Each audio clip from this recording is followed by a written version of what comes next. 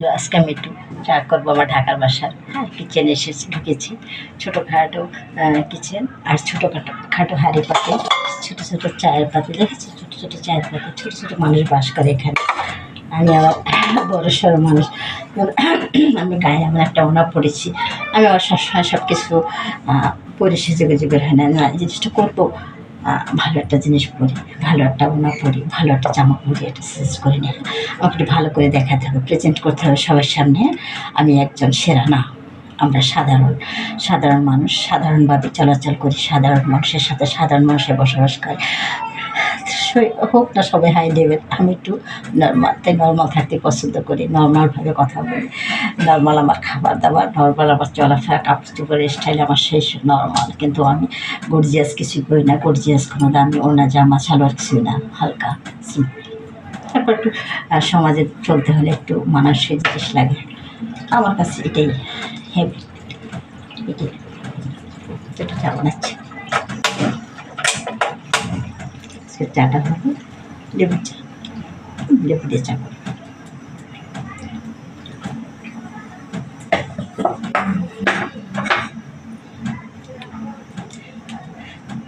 যারা সিঙ্গার, হ্যাঁ, গান করতে মানে সিঙ্গার তো না, তারপর সিঙ্গার গান যেহেতু একটু গাই এটাই।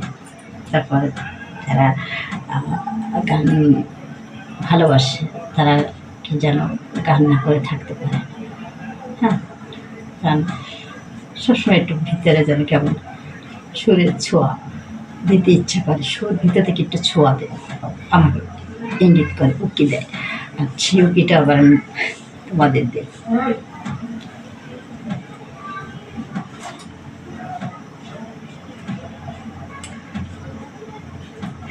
চিনি কোথায়? চিনি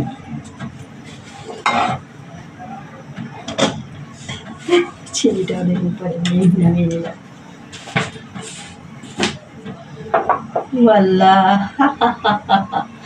ভালো একটা জিনিস তোমাদের দেখাতে হবে, না দেখালে তো হবে না।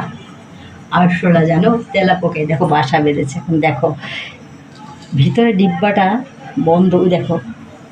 হ্যাঁ, এখন এটা কি খাওয়া যায় বলো?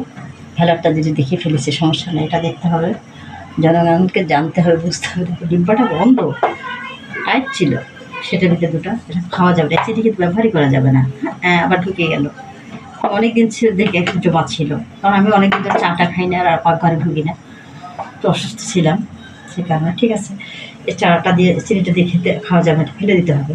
কারণ এই সবার সামনে ফেলে দিতে হবে, কারণ পরবর্তীতে এটা খেয়াল থাকবে না, তখন এটা খেয়ে ফেলবে। এটা ফেলে দিই, এটা বালতির ভিতরে দিচ্ছি, কারণ ডিব্বাটা ভিজিয়ে রাখতে হবে, কারণ কেউ টানবে রাতে। আমি দেখেছি, অনেক কেউ দেখেনি।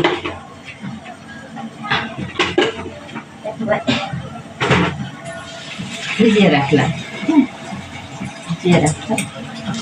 চিনি আছে আমার, অন্য ওই রুমে চিনি আছে, অন্য অন্য রুমে, সে চিনিটা দিয়ে খেতে হবে। দেখে খেতে হয়, সব কিছু দেখে। অনেকে আছে যে মনে করছে যে এটা তো কিছু না, পিঁপড়ে খেলে না খাওয়া যাবে, এটা এমন একটা জিনিস খাওয়া যাবে। পিঁপড়া ধরা জিনিস খাওয়া না, কারণ পিঁপড়া, তেলা পোকা, ওরা নানান জিনিসে, ওরা এমনকি টয়লেট এসব জায়গায় ওরা চলাচল করে লোক ছাড়া। শেষ এই জন্য বলছি সবাইকে বলছি, এই ধরনের জিনিস থেকে আপনারা সতর্ক থাকবেন। হ্যাঁ, খেয়াল রাখবেন। পরিষ্কার পরিচ্ছন্ন ইমানের অঙ্গ। তারপরে আপনারা দেখে শুনে খাওয়া ভালো, এটা কিন্তু আমাদের রোগ ছড়াচ্ছে, যে কোনো খাবারে রোগ ছড়ায় এটা, বুঝলি? ঠিক আছে, চাটা যখন বানাচ্ছি একটু দেখে নিই, লং হয়ে যাচ্ছে চা, সমস্যা কি?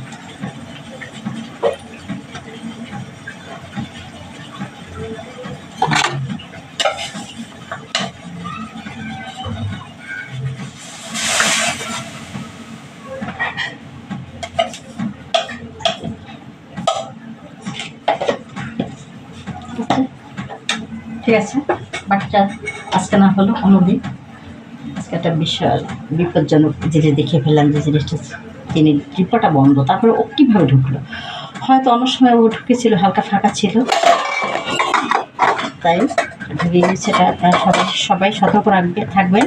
এ ধরনের জিনিস পোকামাকড় পড়ুক, যেটাই টিকটিকি, তেলা পোকা, হ্যাঁ, ঠিকঠাক যে খাবার খাবেন, এটার জন্য আপনাদের পেটে যত ব্যথা হচ্ছে, রোগ হচ্ছে, পেটের সমস্যা হচ্ছে এদের কারণে।